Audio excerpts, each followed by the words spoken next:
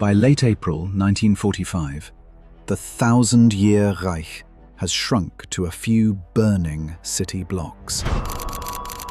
Berlin is not just surrounded, it is being suffocated.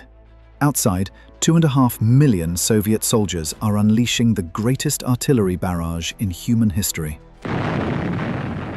For every 1 mile of front line, the Soviets have placed 600 cannons. The noise alone is enough to kill.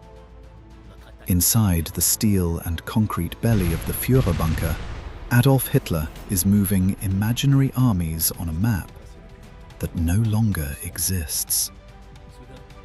What followed was 3 days of absolute apocalypse.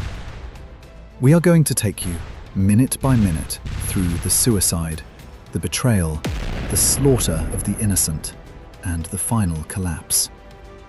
This is not just the end of a war. This is the hour-by-hour chronicle of the death of a capital city.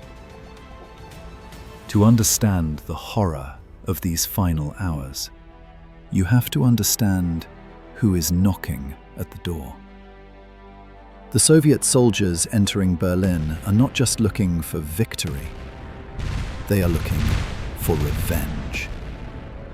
They have marched 1,000 miles from the ruins of Stalingrad. They have seen their own villages burned and their families killed by the Germans.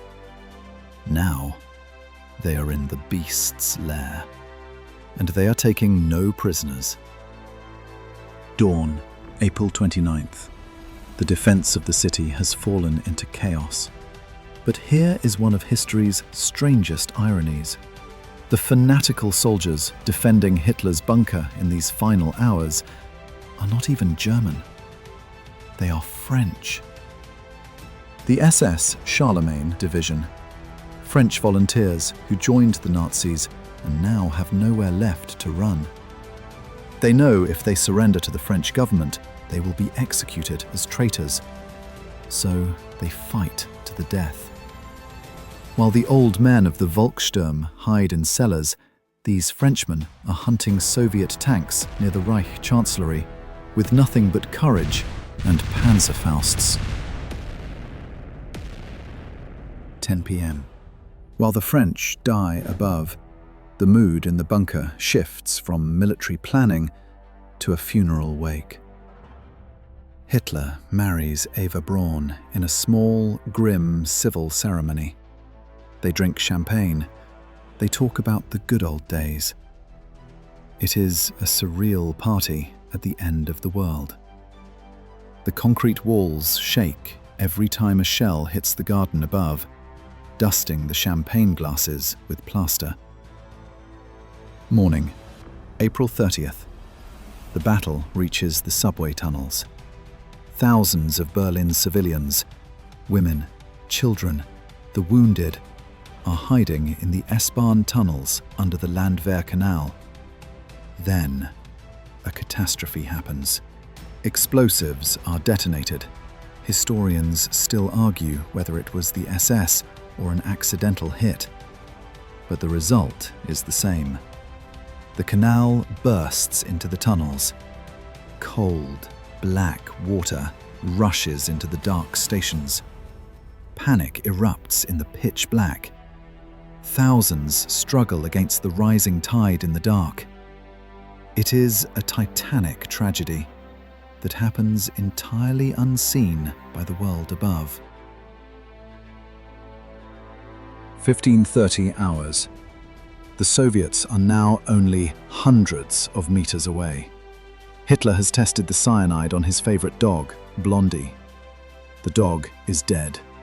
The test is successful. He says his final goodbyes. He retreats to his study with Eva Braun. A single gunshot.